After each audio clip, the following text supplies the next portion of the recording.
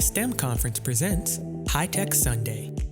On today's episode of High Tech Sunday, our hosts, Dr. Mark Vaughn and Lango Deen, sit down with the founder and CEO of STEMBoard, Aisha Bowe.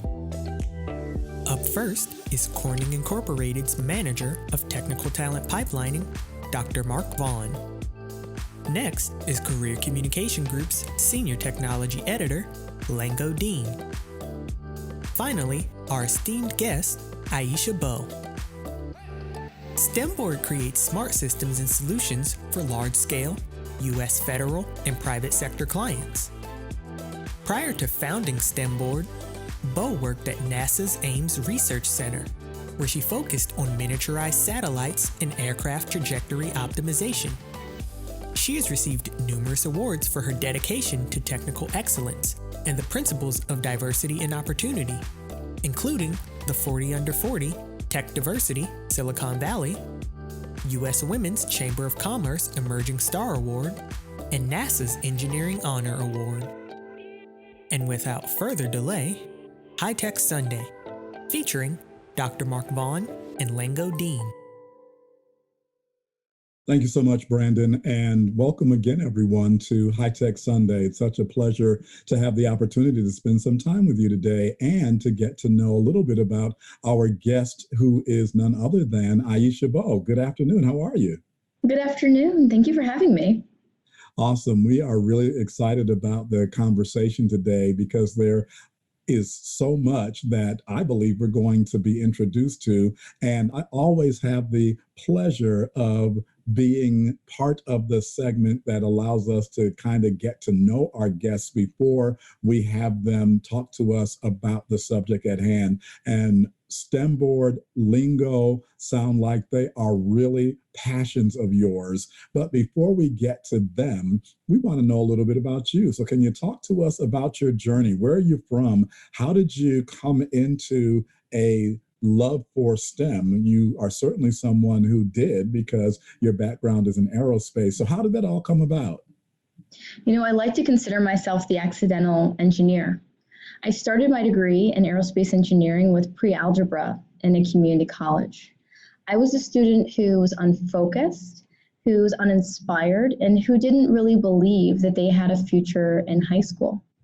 I found myself somewhat floundering when I got to community college. And through a series of unfortunate events, which ended up being quite serendipitous, I discovered a love of math that would motivate me to transition to University of Michigan and receive an undergraduate degree in aerospace engineering and a master's in space systems engineering, and eventually earn a spot as a NASA engineer. Very cool. When we think about NASA, it really is something that a lot of us have been excited to seem to be re-engaging on of late, even though it's not necessarily NASA when we look at SpaceX, but we think about the space travel, man on the moon, that kind of thing. And so I'm sure that in this conversation, we're going to learn a little bit more about, okay, what is aerospace all about? But before we jump there, you talked about being the accidental engineer. I think that is very cool. And you also spoke about serendipity. We here on High Tech Sunday have an opportunity to talk to folks about spirituality, and there are certainly different levels of it. Is there a place that your own spiritual upbringing or your spiritual experience, is there a role that it has played as you have been on this journey? Oh, absolutely. I mean, I would title the whole transformation from community college and eventually becoming gainfully employed as "but God." For me at the time that I began thinking about being a positive contributing member of society, I was lost. I didn't know what I was going to do. There were a lot of people that were around me who seemed to know from high school that they were going to go and be doctors and lawyers and engineers. And I had no idea. And even worse, I suffered from low self-esteem. I suffered from low self-confidence. I just generally didn't feel good in my life. And through this journey, I really learned to not only cast aside the limitations I had internalized, but focus on things that require faith in the unseen, which means that I had to focus on believing that somehow, some way in the future, I was not only going to be successful, but I was going to be able to survive the transition to a 4-year degree, that I was going to be able to find the money to be there, that I was going to be able to compete, and that I was going to be good enough to earn recognition in my field once I matriculated. And all of those things came down to a daily deliberate practice where I wrote down my dreams.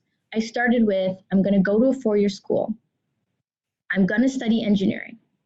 When I look at my engineering options, I picked aerospace because that represented the highest form of my potential. It was the best thing that I could think to do if I was going to do those other things. And from there, the next best thing for me was, well, if you're going to study aerospace and if you're going to go to a 4-year school, you've already made it that far, well, you might as well go and work for NASA. And it was a piece of paper I had on the back of my door, and I prayed over that every day. And I didn't really talk much about that dream because, as you can imagine, as a community college student, I was met with a lot of friction. People said, how dare you have a dream that big? Why do you think that they would ever take you when they didn't want to take you from high school because your grades weren't good enough to be there? How could you ever think that you could become something that sounds so wild and fanciful? And so that was my daily prayer. And was every day sunshine, rainbows, and lollipops? Absolutely not. But over the course of many days, many months, many years, I started to see the progress. I started to see that if you can find a way to have faith in yourself when it almost seems like there's no way, you will make one. So that really sounds inspirational to hear you say that your dreams, which you would like to think that everybody will support, were met with conflict, but you still had to pray through that. And now look at you, what it is that you committed to. And you said it wasn't all sunshine, rainbows, and lollipops. And I think that that's important for us to note that sometimes the journey isn't fun, but it's worth it. And as you have gone through, you are living proof that on the other side, you are a testimony. And so, one more background question before we jump into STEMBoard and Lingo. How do you attribute, or to what do you attribute your passion, and what do you consider to be your mission? I want to provide opportunities that I felt that I may not have had or that I would like to have had when I was younger. When I look at STEMBoard and I look at Lingo, which is a self-paced at-home coding kit, we didn't create Lingo to be a consumer product. Lingo came out of a desire to provide a experience for those in underserved school districts where they could build things with their hands.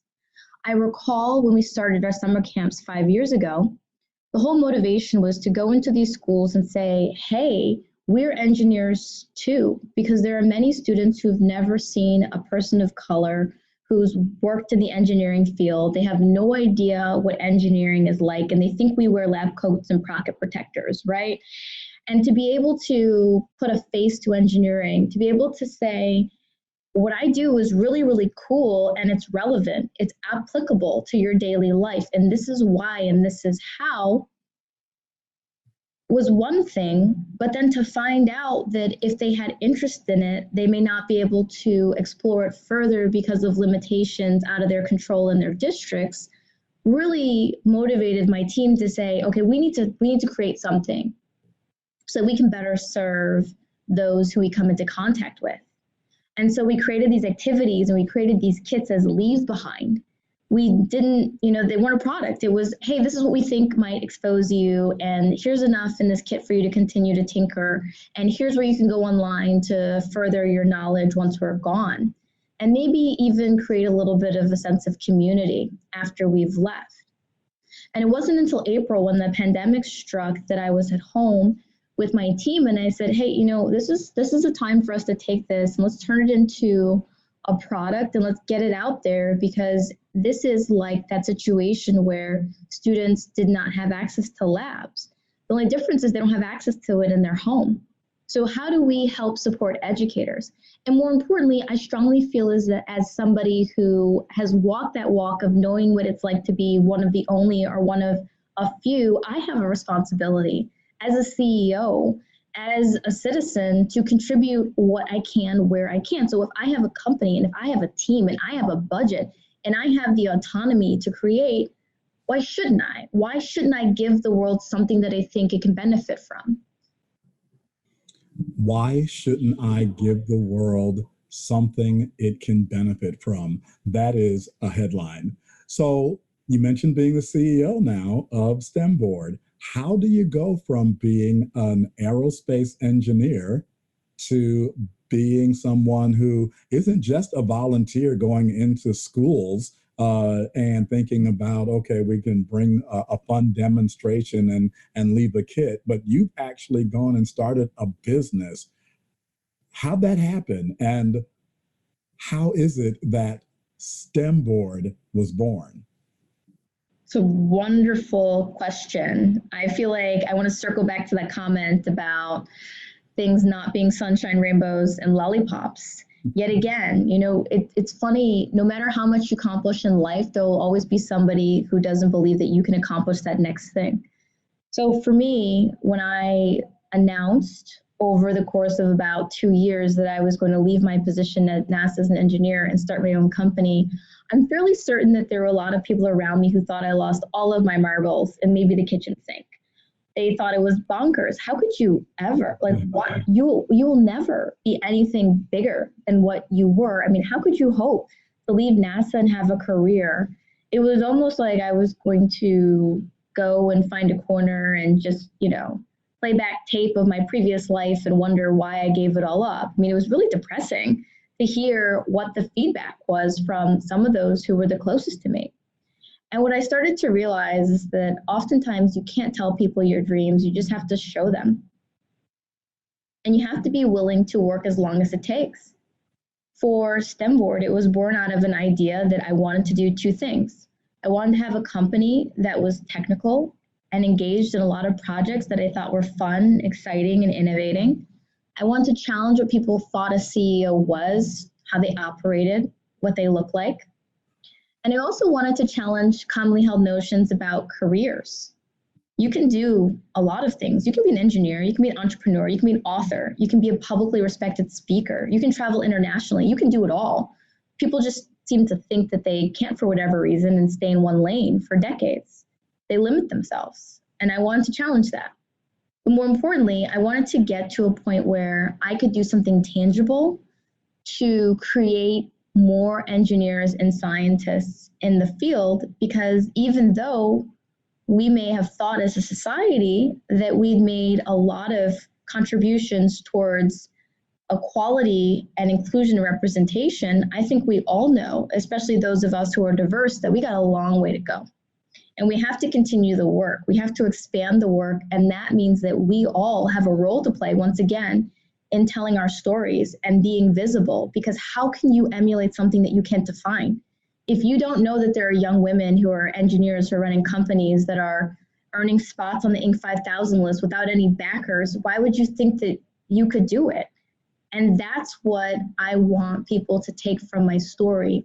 Not that I'm a genius, not that I'm super lucky, but that I work hard. And I would like for them to work hard at sharing their successes, sharing their stories, sharing how they got there, so that we can redefine what the next generation thinks is possible. Thank you for sharing that. You made me think of a quote that I read today that said, "No one has the right, RIGHT, to write WRITE, your story." And you didn't abdicate your story to someone else just because they were not supporting your dream. You said that I'm not going to necessarily waste my time telling you, I'm going to show you. And so now we have STEMBoard. And we've got Lingo. So let's talk about that. What is Lingo, and how did you and your team come up with this idea? Absolutely. This reminds me, speaking of quotes, of a Michelle Obama quote, which is that we all have a place in this story, this American story. And for, I think, many of us, it has felt as though the American dream may not necessarily include us in the same way that it includes other segments of the population. Lingo for me is about bringing this concept of being able to create your own future by providing tech exposure and advancement opportunities early so that students and just people in general think differently about what's available to them. I mean, if you really think about my career and my life thus far, the takeaway for me is that I made this up. I made up a company. I made up what everybody does every single day for the last 7 years. I made up Lingo. I've made up a number of camps and initiatives because I feel like I know how to create, but I learned that through having a solid foundation in a STEM field. The thinking skills and training that I received in both my community college environment and my university environment empowered me with a level of confidence where I felt that I could create and I could do these things. So what happens when we give this type of stimulus to the next generation?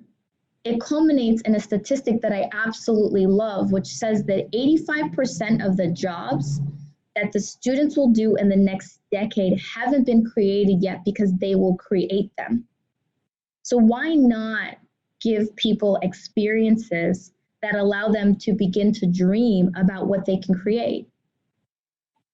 And so when you are not only living your dream, but you're actually trying to inspire others to dream as well, it begs the question regarding Lingo, what's in a name?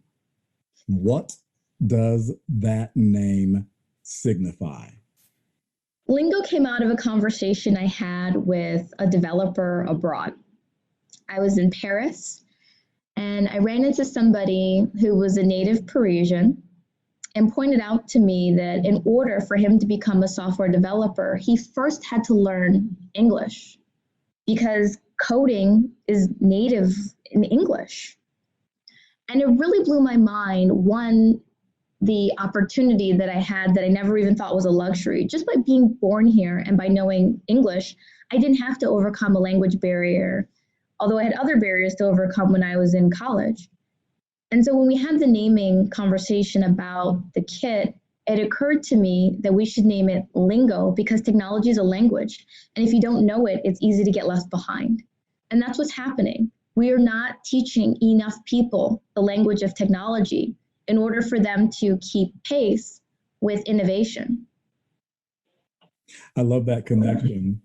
And when you think about it, there are so many things that we are not going to be able to stay connected to if that language issue isn't actually overcome. And when you said the language of technology, we have absolutely been faced with the realities of that deficit during the pandemic when everything had to shut down and we had to go virtual. There are folks, as you are certainly aware, what is Zoom? What do you mean Skype? How is it that I go to meeting when I don't go anywhere? And so that language has been something that we've all paid a lot more attention to. But thinking about Lingo, how does it help? What was the idea that it could be used for? So the lesson, that is the introductory lesson of Lingo, is a backup sensor for a driverless car. Think Tesla. So you learn software and hardware fundamentals while watching self-paced videos taught by an African-American woman who's a double degree from Cornell in computer science. The reason why we structured it this lesson the first way is one, we wanted to change the way that people thought about who was in the field, because many students have never seen a person of color, let alone a woman of color, teaching them anything that's technical. Two, my team and I all came from backgrounds where we would have been hard pressed for our parents to have taught us these concepts. And so we wanted to have videos that enabled the learner to not require a teacher or a parent to have to assist them. They can just follow the videos and construct the activity at home. In addition, we wanted to allow them to be able to continue to tinker once the activity was done. So there's more in the Lingo kit than what you actually need in order to create the first lesson. But in addition to that, we wanted to help those who teach STEM concepts by creating curriculum frameworks which allow for them to learn alongside the learner. Because one of the issues I personally faced going and teaching STEM workshops was this desire for teachers and nonprofits to have STEM content, but an inability to create that on their own without some type of subject matter expertise. And so our kits not only allow us to teach these students basic coding concepts, but it allows us to build institutional capacity by providing STEM lessons designed by experts with curriculum frameworks that map to national learning standards. That is so comprehensive. The mapping to the learning standards is something that we often forget when we are trying to make an impact in a curricular manner. And so building capacity in such a long view, if you will, minimizes the naysayers because you kind of built in the work for them, which is huge, especially today when there's so much that educators and advocates are having to try to contend with. One more question, and then I'm going to toss it to my co-host, Lango Deen, for the next segment. You gave us a taste of what is in some of the kits. Can you give us a preview of what might be coming next as far as Lingo and the kits are concerned? I see you smiling. Yeah, I love everything about what we do at Lingo. We have the best meetings. The next kits are going to be around music.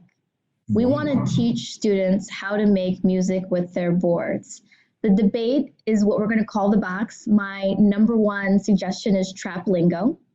But for now, the Lingo kits will teach students how to build music that they can play through their microcontroller boards.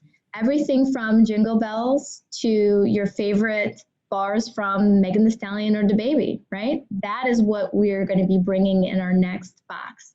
We have some other concepts, but the point for me is to make the technology relevant to the learner. While I would love for everyone to be an aerospace engineer, hey, I got to plug the profession, the most important thing for me is for people to understand that math and science, it's not a dead concept. It's active and you can engage with it and it can produce something that's valuable to you. But let me show you how, right? Music. Who would have thought? And when you think about how the generations that you are actually reaching out to are connected to that genre, to that sector, it really does bring STEM right where you live. And so that's really cool and exciting to hear about.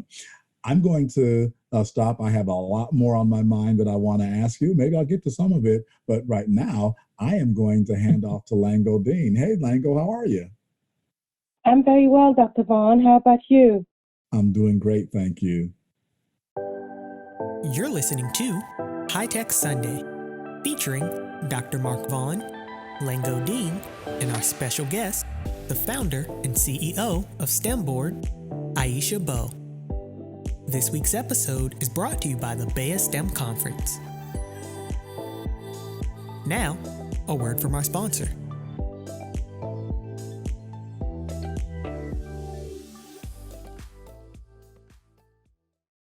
So why be a part? If you're looking to improve your skill set, then our conferences are where you need to be. In today's world, people need training more than ever, even if it is a little refresher, and this is the place to learn. These are career-changing events that enrich your life both professionally and personally. If you're a student who is in college looking to graduate and want to find out what it's like to be a new professional, this is the place to be. You're going to learn from new professionals. You're going to be sitting right next to one of them. They need to tweak their skills. They're still learning. Sitting next to them is going to be a middle manager, someone who needs a little refresher on how do I deal with employees? How do I help them? How do I make them better employees? And last but not least, the person on that row is going to be the CEO of the next Fortune 500 organization, because they want to find the hungry employees and hire that person. So who should come to our seminars? Pretty much everyone. Again, this week's episode is brought to you by the BEYA STEM Conference. Now, back to the show.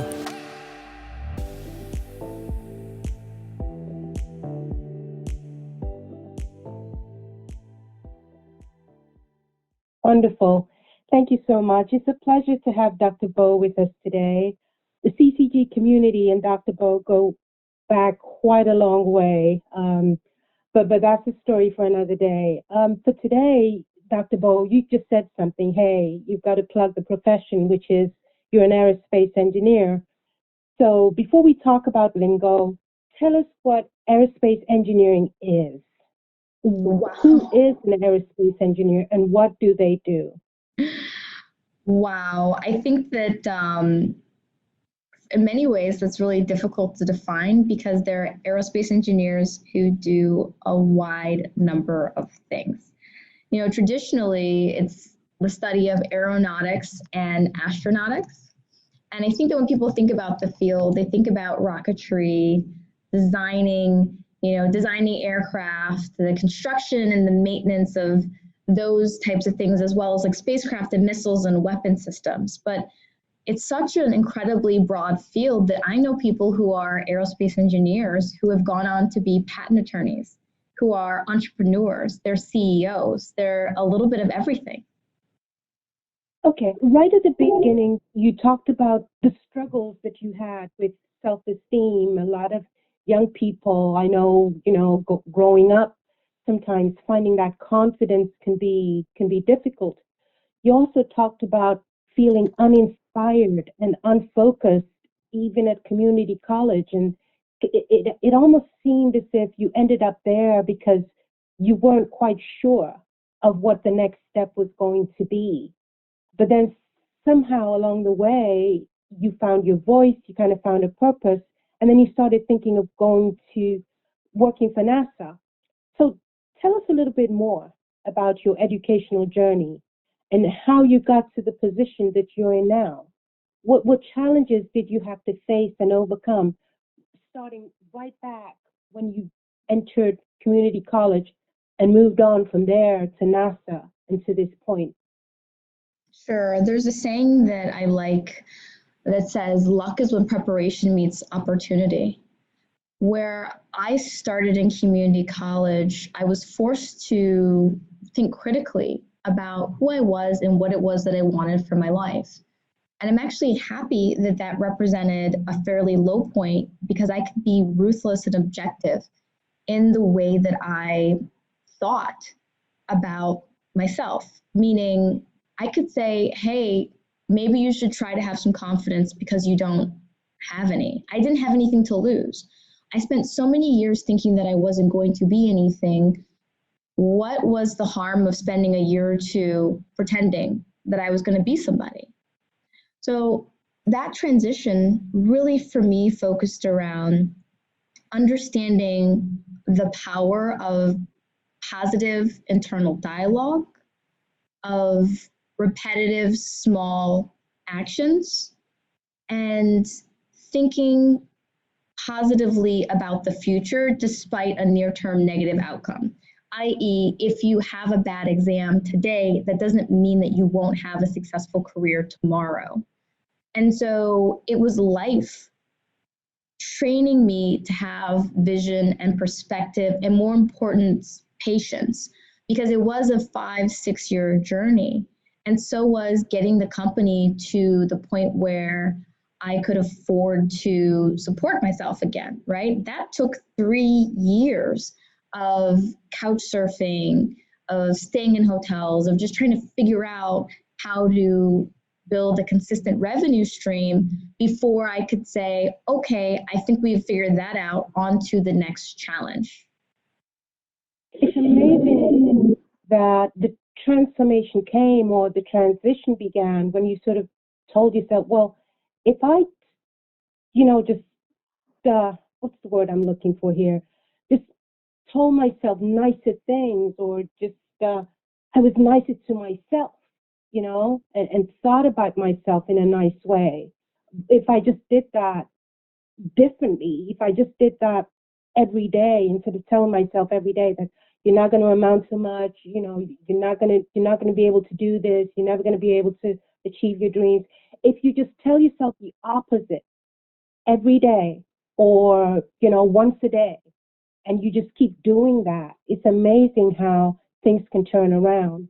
And I think that that message is really important for young people, because so many young people go through that phase where they doubt themselves, they doubt their own talents, they doubt their own gifts, and there's so many things that they're unsure of, and they keep going down that road until something happens.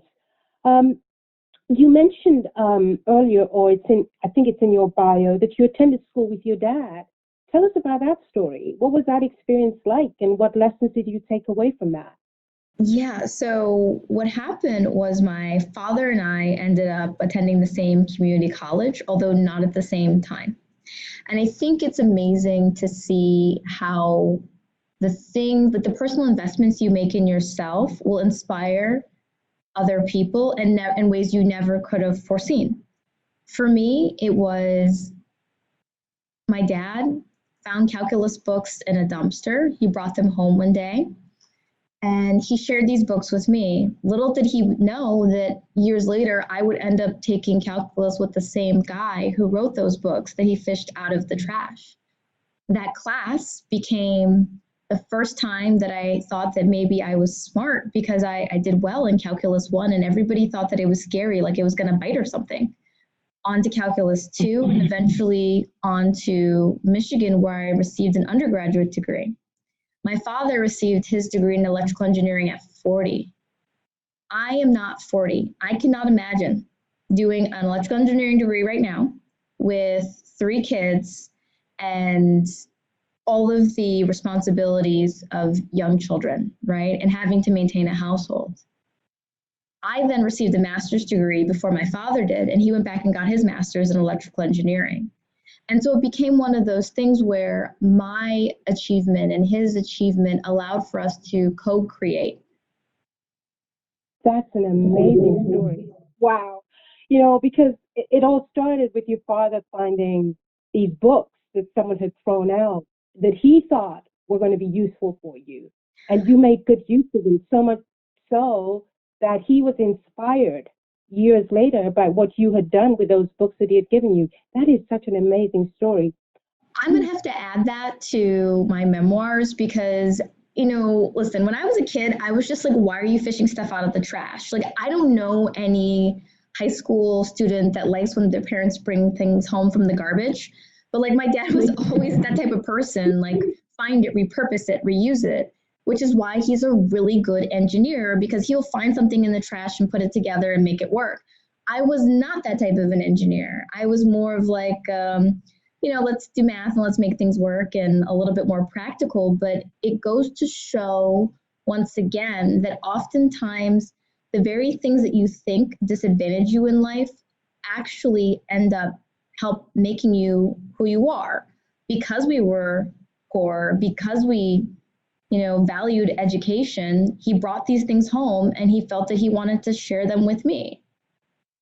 That's amazing. I also take something away from what you said, this diversity of thought. So here you are, you're a different kind of engineer. You approach problem solving or engineering in a different kind of way. You use math and apply it and that sort of thing. Your father sounds to me, from the description that you gave, is more of a tinkerer. He would find things that nobody else wants and put them together, or read them and make make something new out of them. So focusing on that diversity, what message would you have for young people who are drawn to science, technology, engineering, and math, but don't quite understand that the field accommodates diversity of thought? What message do you have for them? I would ask them to reach out and get involved. I don't know a single engineering colleague that doesn't remember what it was like to be young and trying to find their way. I love to take time and hop on now Zooms or calls or just message people and tell them about the journey so they can get a better understanding of what's in the field. I think they'll be surprised by how many people will be responsive and who are willing to give them their time. And don't stop until you find that person that is, because how are you going to know what something is like unless you have a first-hand experience or you talk to somebody that actually does it? And I think that that is an opportunity that many people don't necessarily take advantage of. Get on LinkedIn, get on Instagram, get on Twitter, at DM, whatever, whomever it is that you are inspired by, and just ask them to share their story. And I also want to let people know that, guess what? We're all imperfect. You may see these accomplishments, but I'm a rock that I just spent the last 10 years polishing. When I was 13, 14, 15, I probably was a lot like you. You just don't know it because you haven't asked the question, right? And so part of what I love to do is just strip away all this pretense of, well, I'm CEO now and I have a business and I have all this other stuff. No, I was a insecure, unfocused student who over a course of several years learned these things. And I want to share how I did that. And I wish more professionals would be transparent about their struggles, the classes that they faced, the hard times, you know, the things that they thought went wrong in order for their life to go right. You know, that's a wonderful made there, that you wish more professionals would share the struggles. And that's one thing that Career Communications Group does so well, because we have these various platforms where professionals like you, engineers like you, scientists like you come and share their stories, their career stories, and how they got there, how they started, who helped them along the way. So it's important for young people to know that CCG, Career Communications Group, and the podcasts and the magazines and the conferences and things like that are places where you can find people like that who you can ask these questions. Going back to Lingo now, which you started in the middle of the pandemic, I love that name. What success stories do you have that you can share about Lingo? Because this is the gift giving season. I know Giving Tuesday is done now, but so many people are looking for gifts to buy.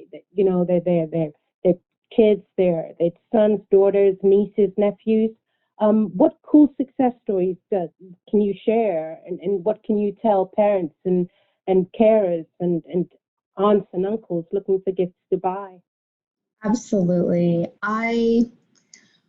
Wow. When I talk about Lingo, I have so much excitement for it because I've literally been amazed by the way that people have responded. In the first 40 days of launching a product with little brand recognition, we went through over 1,000 boxes. Our boxes went to HBCUs. They went to Fortune 500, like tech giant companies that wanted to execute STEM camps in the pandemic.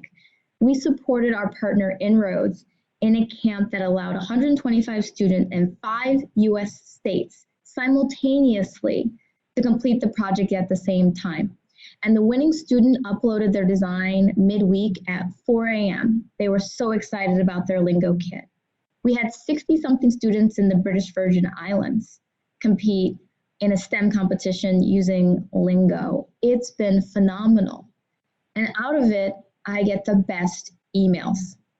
Initially, we thought the box would be best for 13 and up without supervision, but I want to let you know that 11 and 12-year-olds, they write you and they let you know that they finished the box. I remember opening my email and I received a review from an 11-year-old who said, I just want you to know 11-years can do it too. That was it. That was the whole piece of feedback. 11-year-olds can do it too. Like, they felt some way that my box said 13 plus, and they needed to let me know. I had another student that emailed me and said, I did this with my class, and I want to let you know how proud I felt because I am a woman of color, right? I'm a young student of color. And this was the first time my classmates had seen us teach them anything. And it was just so cool for her to have the way that the students around her think about people in the field change in real time, because now they have an activity that a Black woman is teaching, and now they're beginning to normalize who's in the field. And so she sat down and that's what she wrote. I had another student say that she didn't think that she liked math or science, but through completing the activity, not only did she realize that she liked it, but she wanted more material.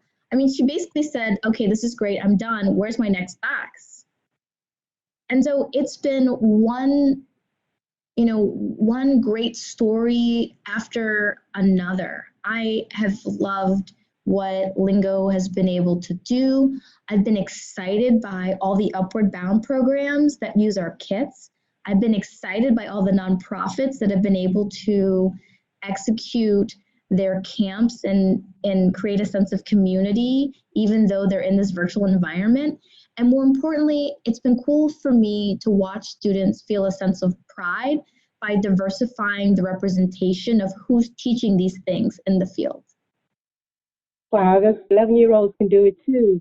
And the young woman who, just teaching it, like you said, seeing a different kind of person teaching something that is usually sort of like, like a couple of weeks ago, we had a scientist engineer on, and she talked about this image of a scientist with big hair, white male in a white coat and frizzy hair. And so seeing that, an engineer can be a Black woman, a young Black woman, that is just so cool. But I think the best line for me is that 11-year-olds can do it too. So that's really wonderful. And I think that's a great note, great segue for me to hand it back to Dr. Vaughn. Thank you so much. It's been a fascinating conversation with you. Thank you. Thank you, Lango. Always a pleasure to talk with you and CCG. Thank you. Dr. Vaughn? It has been really cool listening in on this last segment of the conversation. So, Aisha, before we run, I want to ask you not a prepared question from me, but what would be your parting thought for the audience today? What is it that you would leave as a way of inspiration or maybe exhortation? What final word can we ask you to share for this time? I want to leave people with the idea that you can allow others to define what success is for you. I also want to encourage those who have heard this conversation to be more transparent about their successes as well as the lessons they learned the hard way. I want to normalize us sharing our accomplishments and allowing other people to be inspired by them in the same way that we allow other people to grow from mistakes that we can help them not to make. That's wisdom, I would say, beyond your years, but it was absolutely well said. So we would be remiss if we ended our conversation without asking you to let us know, how can we find you? If someone wants to check out a website, follow you on social media, how can they do that? Can you let us know how we can give people that gift of contact? Absolutely. I would encourage everyone to go and check out Lingo. You can do so by going to STEM Lingo, that is STEMLINGO.com. And there you can see our introductory box. We also were fortunate this holiday season to take our expanded kit and put it on Groupon. I love the Groupon deal because we were able to bundle in multiple project-based learning modules, a curriculum framework, and webinar support at a discounted rate. Go to Groupon, type in Lingo. And more importantly, I would like for those out there to recognize that we all exist because of your support. It is imperative for us as a community to not only support African American businesses, but share, right? Like share, because retailers are grading our ability to be in the field by our presence and our ability to sell. And that's been something for me that's been a journey, right? Is learning that this thing that we develop, that we put out there in the world, also has to be able to compete with other segments in retail in order to continue to survive. And so that is a thank you. I appreciate everybody who's come to us, who supported Lingo, and I appreciate everybody who's out there that's hearing this and taking the time to like it, to share it, and to see what we're about.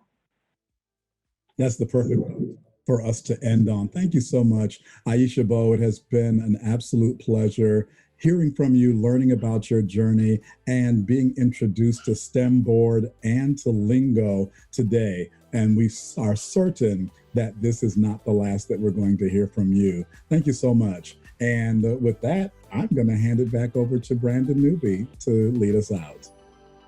Thank you for tuning in to this week's episode of High Tech Sunday. Career Communication Group's High Tech Sunday looks at professional development and technology through the lens of spiritual philosophies. In a time when digital information is more critical than ever, this weekly program is produced by and for CCG's community of alumni and professionals in science, technology, engineering, and math fields. The community runs from national thought leaders to aspiring students, and this weekly series aims to bring a concentrated discussion around technological advancements and achievements based on universal moral principles. The 1-hour podcast will be streamed every Sunday. The podcast can be accessed through the BEYA Facebook page, Women of Color Facebook page, and CCG YouTube page, in addition to Apple Podcasts, Google Podcasts, Podbean, and Spotify. Please join us next time.